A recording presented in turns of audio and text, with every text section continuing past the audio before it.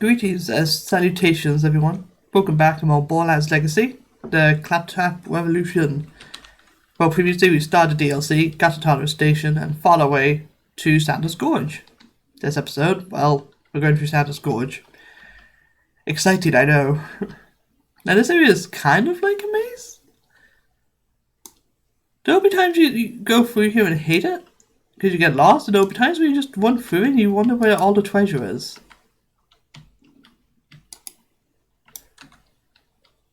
So we'll have to see how I feel about it, because it's one of those places that I either love or hate. But I think you just to follow the arrows. Yeah, following the arrows and heading down, basically, like Kane downwards, will help you.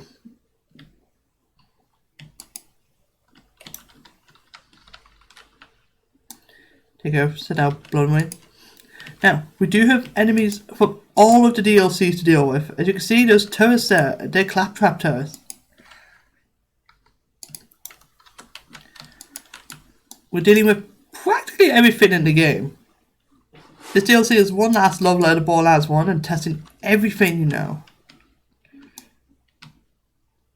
We're going to be dealing with Atlas, Skags, all sorts of enemies throughout this entire DLC, and we even have a new enemy being the claptraps, which they're brilliant for using corrosive damage on. Because you rarely use corrosion in the base game. There are enemies that are weak to it, but you kind of forget half the time. And only in like the last third of the game. So it's handy that.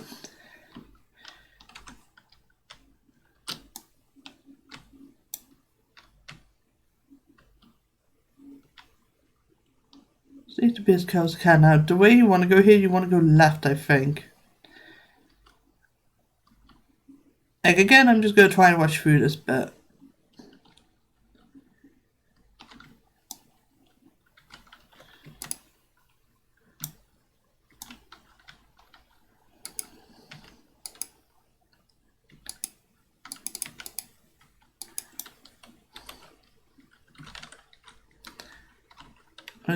Oh, it did send out blowing, but I didn't think I did. Of course, with the Hyperion gunners, you know, same thing as before. Oh yeah, they're Hyperion soldiers, not Atlas soldiers, but they work the same. Just a different name. I'm pretty sure this is the right way. And then you go over here, because you get another area to go to. That's what I mean by this place is a maze.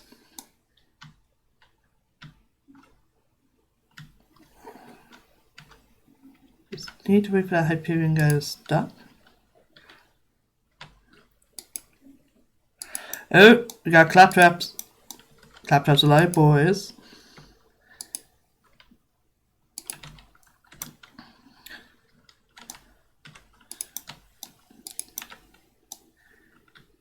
Now I do believe I'm actually using different types of weapons, I think. I'm not sure. Oh, he's not taking much damage. Hello. Gotta check out these. I am using different brands of weapons on this build. Let me just check. Well, we all know Hyperion. Pretty much good accuracy, low recoil. We all know TDO, based on damage, reload speed, anything to do with the mag, basically. We have a Malon and a Jacobs. Oh, Vladov actually, that's not a Jacobs. Vladov is both by weight and extra damage. You're kind of a jack of all trades. Which yeah, Vladov is all about high crit damage. But we have a Malawan. If you want to set stuff on fire or corrode them, a Malawan is your option. They will do a lot of elemental damage.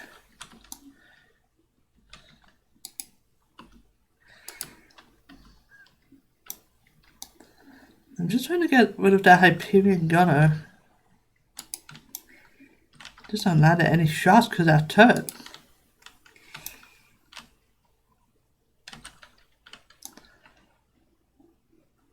The Malawans are known for being able to do the elemental damage that they are attuned to. Okay, I'm doing terrible with a sniper. I'm just gonna rush in and try and kill these guys. This is not an optimal play of Mordecai, but you guys seen my accuracy? The crosshair was on that guy like 70 times and I missed all of the shots apparently. Here's what weapon proficiency is about though. If you have max sniper proficiency, you won't really have to worry.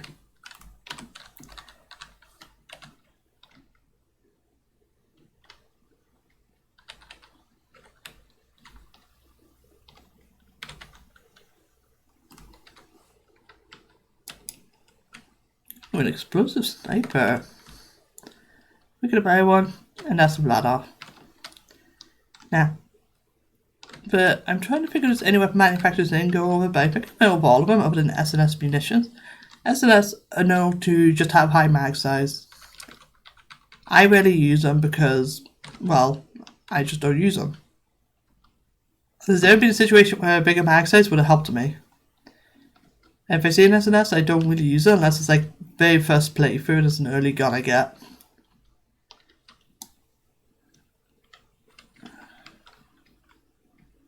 Oh, come on. Of course that guy ran away.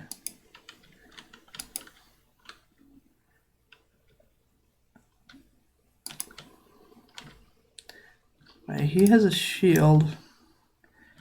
I want to make sure you get rid of clap transfers. They're all about close quarters combat.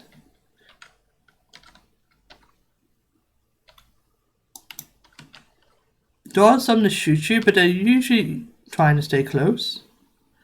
Excuse me. He's actually even SMG. That's how bad of a sniper I am in this game. Yeah, I'm dead. There was no way I was getting through that. Honestly, for the Hyperion guys, I'm probably just gonna wash them. Luckily, we hit a station, so we can get right back to the fight. This will probably be the one DLC that I struggle as now, and of Mordecai of all characters.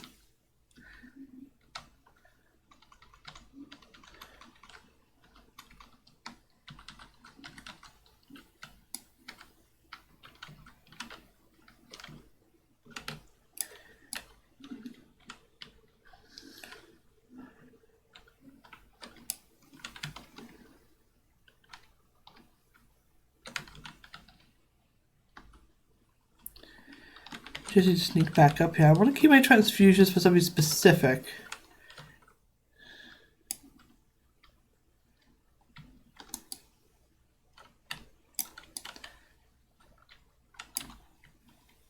There we go. As anything I recommend for Mordecai, there is one sniper in the game. We haven't seen it yet though, but it's a powerful sniper. And it's one I think is well worth getting. I will showcase it when we're fighting Quamwax, because it's known for being able to kill Quamwax just like that. Now this area, I believe it's just down here. We basically just keep going. Sort of a straight line area, but also a maze. Again, it's the game's way of testing your navigation skills in the Borderlands. If you got lost before, you're gonna get lost again.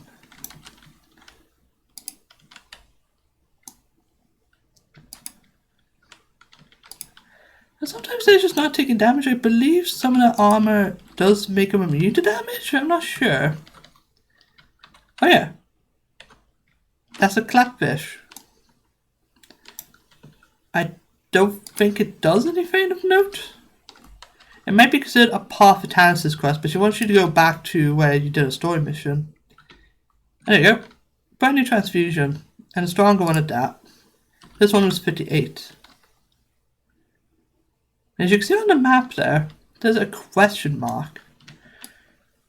I don't remember it being of any note. I think it's actually like an island with a chest on it. But it's kind of a cool detail. I quite like it.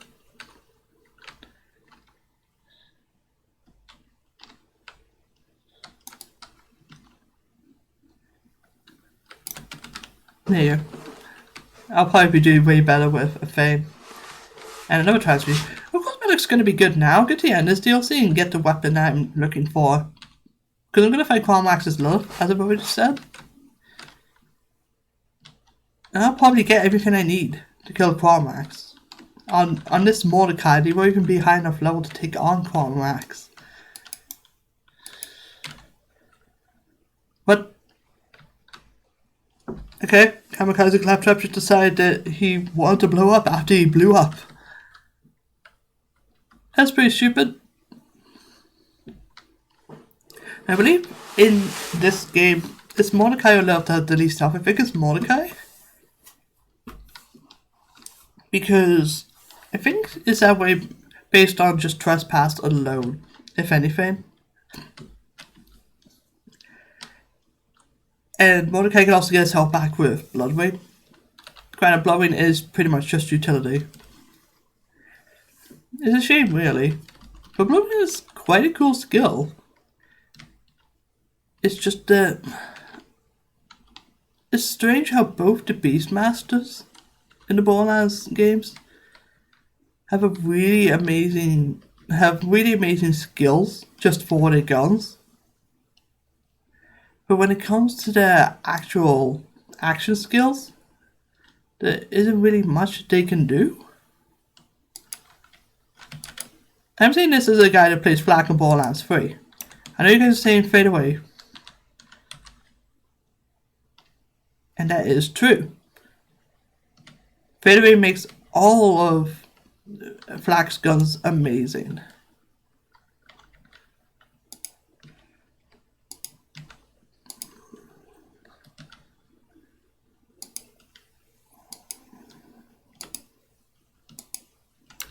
Okay, okay, with that one. There is one more turret. Just have to find it. It's up there.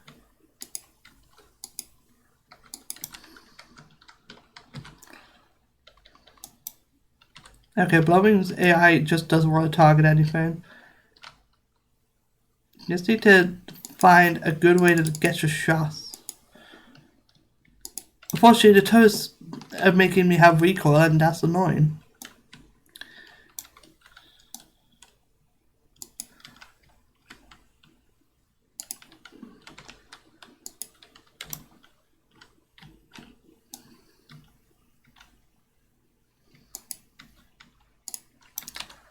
Yeah, I can't land a shot. I have to save my life.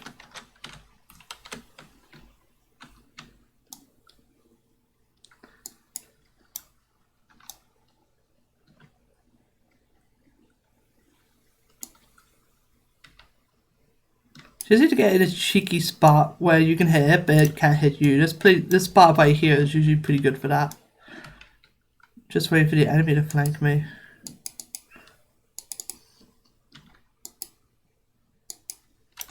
There we go.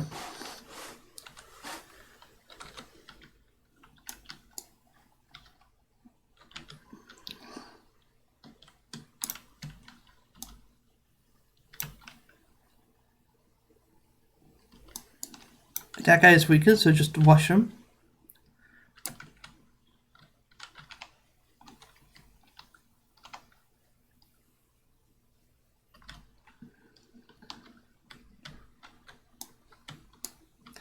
As you can see, our badass is using Iridium weapon. I think there's a fair amount of enemies that use Iridium weapons in this game. You should get Iridium weapons, when the enemies use them, they're fantastic. But when it's you, it's a kind of love or hate relationship. There's never exactly an in-between. Just want to get a good look around. Okay, there's a ton of enemies right behind that door. The second we hit that switch, the door is going to open.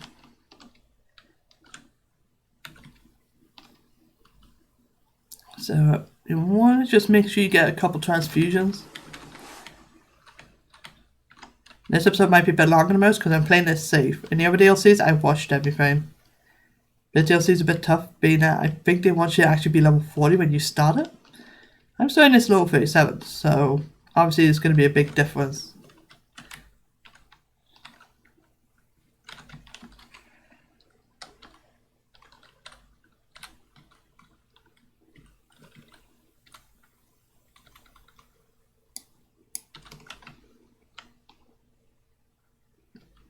Go send out to transfusions. And I'm going to just rush anything I see because the turrets are going to be annoying regardless. If I get close to enemies, I'll at least be able to hit them. That's why I'm mostly a Lilith main, because I'm always in people's faces.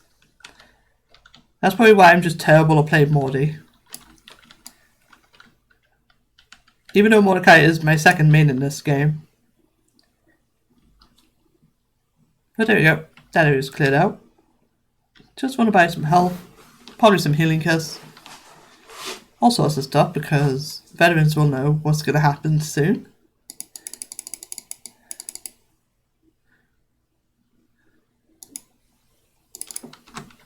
Just get 3 of those, I think.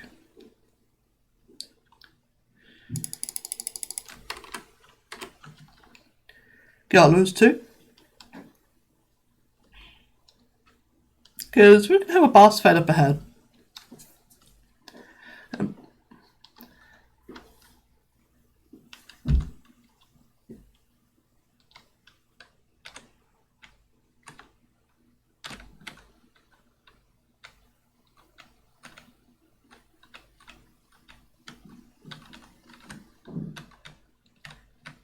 Yeah. Once we drop down here, you guys are going to start having some deja vu.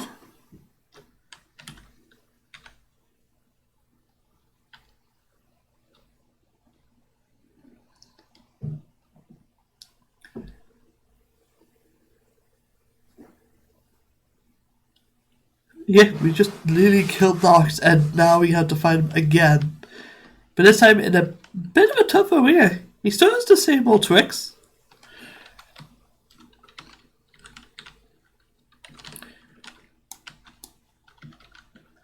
But of course, so do we. But in this fight, it's actually based on critical hits. I believe that's how the enemies are designed. So just to see what happens.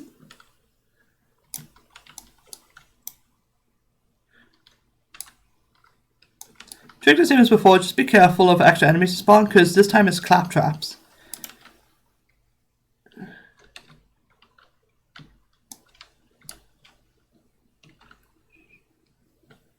So keep an eye on your map, basically. Play it safe, and you should be fine.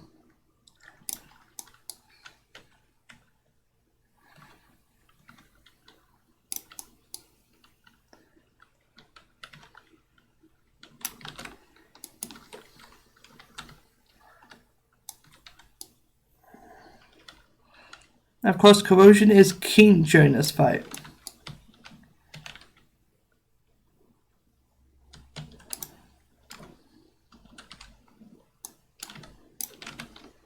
Yeah, the second you hear that beep, watch out for the claptraps. This is when they'll spawn. Keep hitting Monox in the face. Like, I can't really say much about this fight, we've already been through it, but there will be healer claptraps. You do not want to heal the claptraps to heal him, because they heal him mad. Like, actually better than his previous soldiers did.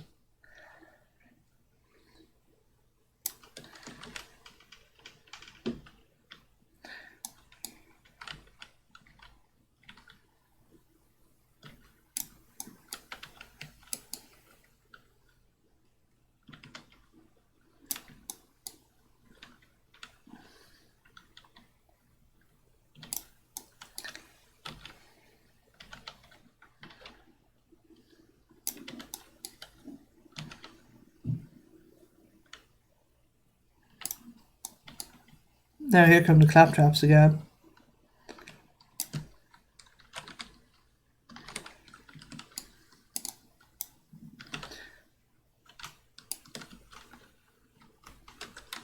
Need to get the good old Terrible Matador out. I'm pretty much saving ammo for it, because, well, last time I used a Matador against Nox, the fight went really easy.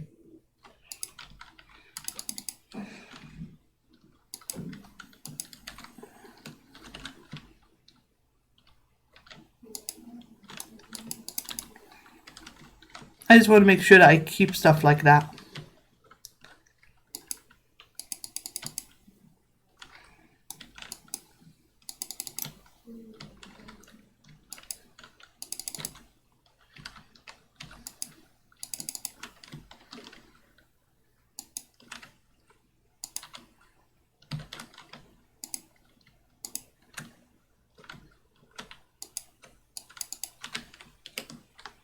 But of course, this is Nox. We've seen this fight.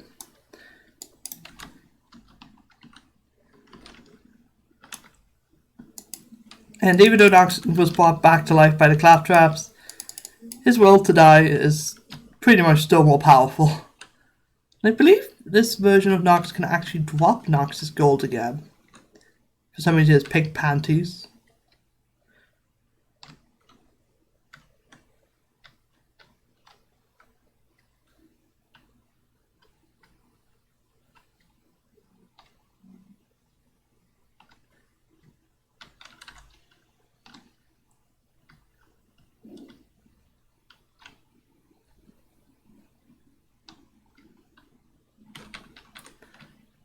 Yeah, Nox is dead again.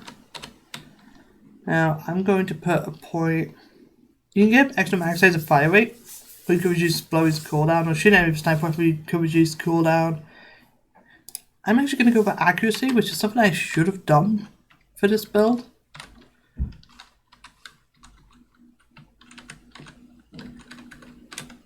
Now, again, same thing as the Secret Armory. Anything you find in here can spawn a legendary, so keep an eye out.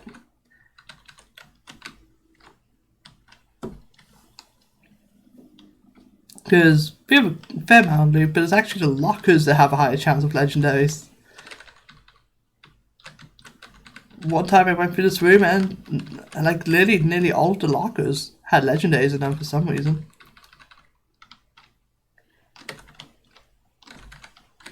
Of course, no pearlescence though.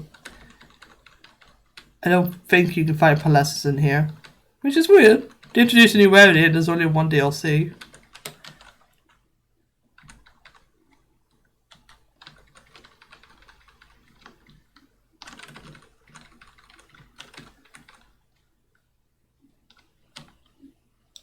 What a brilliant plan. Clap, trap, trap, clap. Yeah.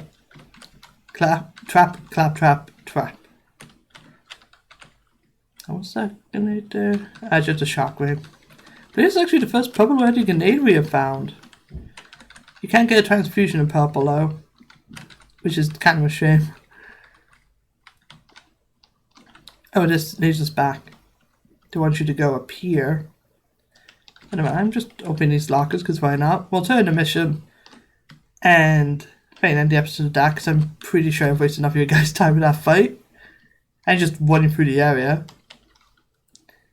But they are going to bring back some old bosses. I'm just going to say that right now. We're going to be refighting bosses that we've already faced before. Except for one. Just one boss isn't... Well, there's two bosses that are new.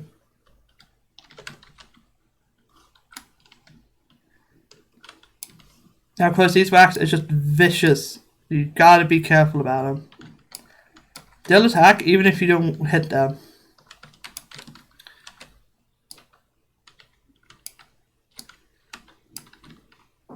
That's why they get the name Relentless. But we'll start running through here now.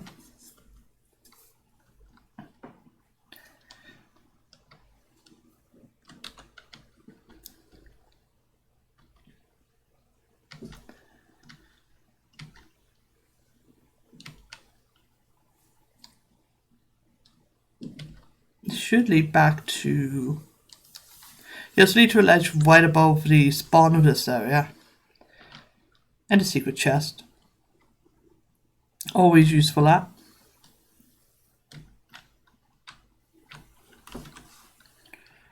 Weaker sniper than mine and a double thumper. A double thumper could actually be... It would be better than Hellfire. Let's drop that. I'd actually rather have a double thumper or double anarchy than a Hellfire now. It's not going to do much. That was pretty much the only legendary of note I got when playing Mordecai. There were others, but they weren't even that good. So it's a bit of a shame. And of course, there were all sorts of different paths this area. Most of them just loop back to spawn. I believe this one does in particular.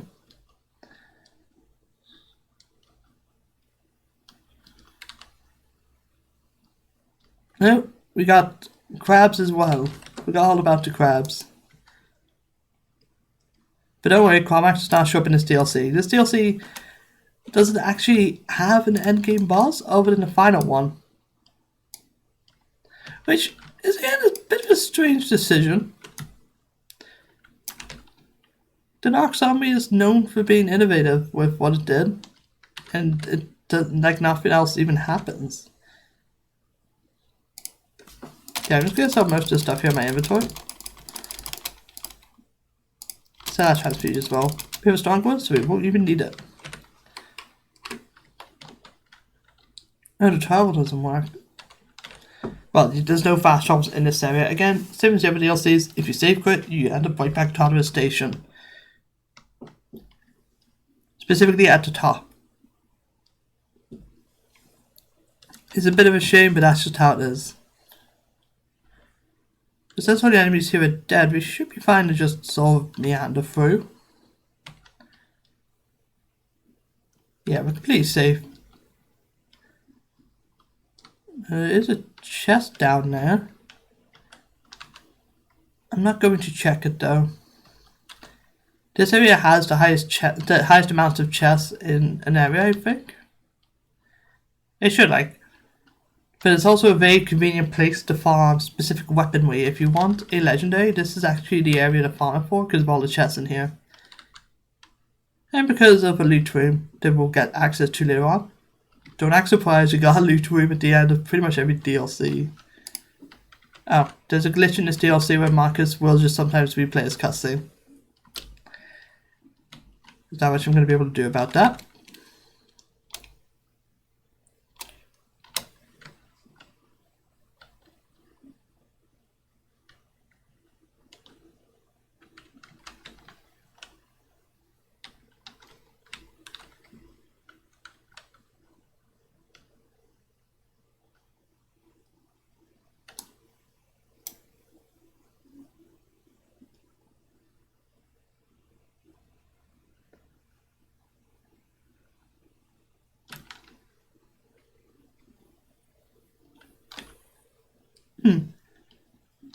But next episode we'll be traveling to. Actually, what are we here now? Get this bit sorted.